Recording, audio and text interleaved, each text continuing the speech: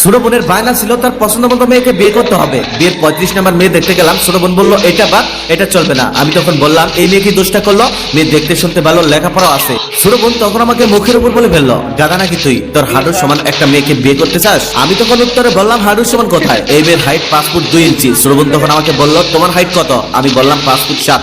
ছোট বোন তখন উত্তরে বললো তাহলে এই মেয়ে তোমার সাথে কি করে যায়, ছাগল নাকি তুমি? আমি তখন ছাগল হয়ে যাওয়ার ভয়ে আর কোনো কথাই বাড়ালাম না। সপ্তাহখানেক পর আরো একটি মেয়ে দেখতে গেলাম। মেয়েটি অনেক সুন্দর, আমার ভীষণ পছন্দ হলো, কিন্তু ছোট বোনের হলো না। বোন বলে উঠলো মেয়েটার গালে টোল পরে। আমি তখন বললাম গালে টোল পরার জন্যই তো আরো বেশি পছন্দ হলো, এরা খুব লক্ষ্মী টাইপের মেয়ে হয়। ছোট বোন তখন আমাকে বললো তুই কোচ জানিস, তোর তো মেয়েদের সম্পর্কে ধারণাই নেই, তোর তো ভূত পেত্তি যাই দেখিস তাই পছন্দ হয়। আমার কাছ থেকে শুন, গালে টোল পরা মেয়েগুলো আলাদা টাইপের হয়। এরা রাত 12টার সময় আইসক্রিম খেতে চাইলেও তোকে ঘুম থেকে ডেকে তুলে আইসক্রিম এনে দিতে বলবে, তখন ঘুম বাদ দিয়ে তোকে আইসক্রিম এনে দিতে হবে। তখন পারবি ঘুম নষ্ট করে আইসক্রিম এনে দিতে? আমি তখন বললাম তাহলে আর কি করার, তাহলে এটা বাদ। বোন বলল অবশ্যই বাদ। 1 মাস পর 37 নাম্বার মেয়ে দেখতে গেলাম। মেয়েটা ভীষণ সুন্দরী। এবার ভেবেছি আমার ছোট বোন এই মেয়ের কোনো খুবই ধরতে পারবে না। বোন কিছু বলতেছে না দেখে আমি ইশারা করে বললাম কিরে চলবে? বোন তখন উত্তরে বলল এমনি সব ঠিক আছে, তবে মেয়েটি একটু কম কথা বলে। আমি তখন বললাম মেয়ে মানুষ কম কথা বলাই তো ভালো। বোন তখন বলল তা ঠিক আছে, তবে চুলগুলো আর একটু বড় হলে ভালো হতো। আমি তখন বললাম তাহলে আর কি, বাদ দিব? বোন বলল দিয়ে দাও। হাদারাম নাকি তুমি, খুদ আছে এমন মেয়ে বিয়ে করবে কেন?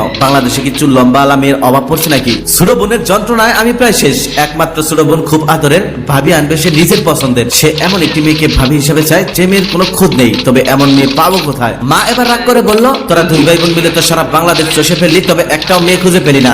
বাংলাদেশে কি মেয়ের অভাব পড়ে গেল নাকি? আমি তখন মাকে বললাম মা আমার মেয়ে দেখার মিশন বাদ, তুমি বরং অকিয়াকে বিয়ে দিয়ে দাও। কারণ ততদিনে আমি বুঝে গিয়েছিলাম ওর পছন্দ মতো বিয়ে করতে হলে আমার আর জীবনে বিয়েই করা হবে না। 1 মাস পর হঠাৎ করে ঘটক আরো একটি সুন্দরী মেয়ের খোঁজ এনে দিল। 38 নাম্বার মেয়ে দেখতে গেলাম। মেয়ে পছন্দ হলো, দুই পরিবারের মধ্যে কথা হলো। বিয়ের ডেট দেওয়ার আগ মুহূর্তে ছোট বোন আমাকে বললো ভাইয়া চলো আরো একটা বার ভাবির সাথে দেখা করি। এই মেয়েটাকে এবার অতিরিক্ত পছন্দ হয়েছে আমার বোনের, যার কারণে বিয়ের আগে সে আরেকবার দেখা করতে চায়। আমি আর না করলাম না, খুশি মনে বোনকে নিয়ে গেলাম। একটি রেস্টুরেন্টে বসে আছি, কিছুক্ষণ পর মেয়েটি এলো। মেয়েটা বেশ স্মার্ট বলে মনে হলো। আমি কোনো কথা বললাম না, ছোট বোন আর ওই কথাবার্তা বলতেছে। ছোট বোনের কথায় মেয়েটি বেশ চটপটে উত্তর দিতেছে, এটা দেখে আমার খুব ভালো লাগলো। তবে মাঝখানে মেয়েটি ভুল করে ফেললো। তা হলো কথার মাঝখানে সে আমার ছোট বোনের একটি ভুল ধরিয়ে দিল। বেশ বাসায় এসে লাগালো পেস, এই মেয়েকে সে কখনোই ভাবি বানাবে না, কারণ এই মেয়ে তার ভুল ধরেছে। বিয়ের আগেই নাকি যে মেয়ে ভুল করতে পারে সে মেয়ে নাকি বিয়ের পর চুল ধরে ঘুরাবে। আমি বুঝে গেলাম ওকে বুঝে লাভ নেই, যেহেতু একবার না করে ফেলেছে সেহেতু ওকে বোঝানোর ক্ষমতার কারণেই, তাই উপায় না পেয়ে এই বিয়ে না করে দিলাম। তারপর মাকে বলে কই রাজি করালাম আগে বোনের বিয়ে দেই, তারপর আমারটা দেখা যাবে। কথা অনুযায়ী পাত্র দেখা শুরু হলো।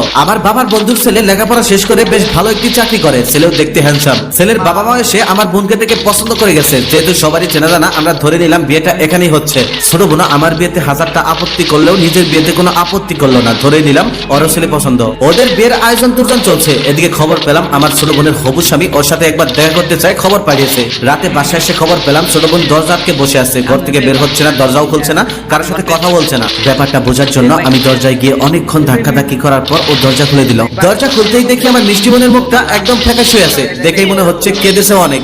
জিজ্ঞেস করলাম কি হয়েছে তোর? উত্তরে বলল ওই ছেলেটা নাকি ওকে বিয়ে করবে না, ওর নাকি অন্য একটা মেয়েকে পছন্দ। বাবা মায়ের চাপে পড়ে ওকে বিয়ে করতে যাচ্ছিল, তবে পরবর্তীতে সিদ্ধান্ত পরিবর্তন করেছে। আমি তখন বললাম এতে সমস্যা কি? ওই ছেলে যেখানে ইচ্ছে সেখানে বিয়ে করুক, তাতে তুই মন খারাপ করে আসিস কেন? আবার মনে হয় কেঁদেছিস? আরে দেখা দেখি করলে কি বিয়ে হয়? তোকে আমরা আরো এর থেকে ভালো ছেলের কাছে বিয়ে দিব। বোন তখন দীর্ঘশ্বাস ছেড়ে বলল একটা মেয়েকে অপছন্দ করা মানে সেই মেয়েকে অপমান করা, এটা কি তুই বুঝিস?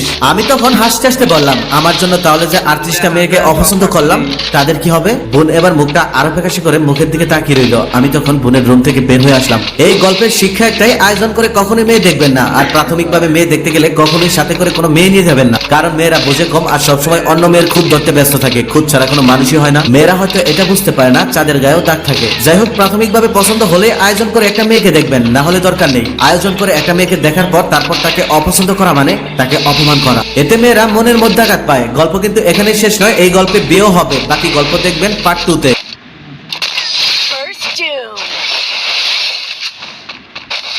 ওটা আমি করে দেখছিলাম আপনি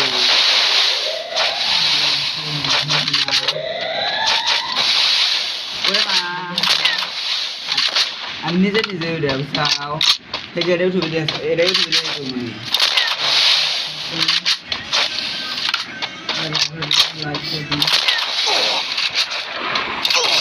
First Doom.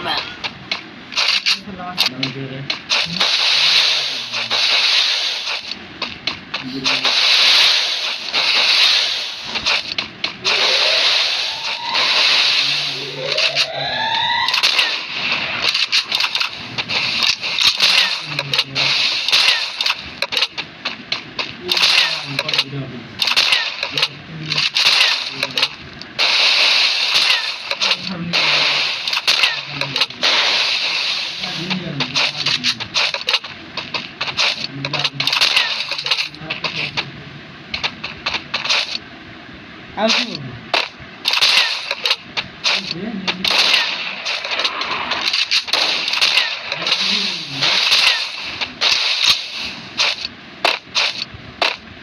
ও মরে তেল উল্টা উল্টা হারুন না।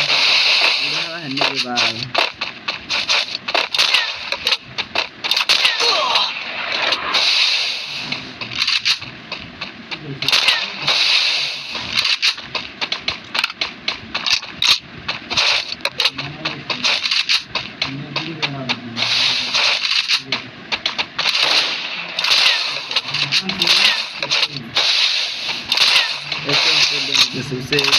First doom.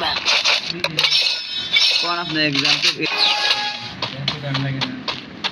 এটা আপনার দিকে দিলে এ হ্যাঁ ঠিক আছে হয়ে যায় তো নাহলে এটা আছে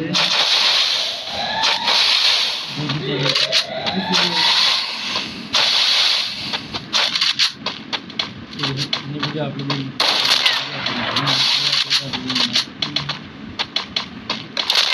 আপনারা এক্সটেনশন মানেন আপনি দা করুন।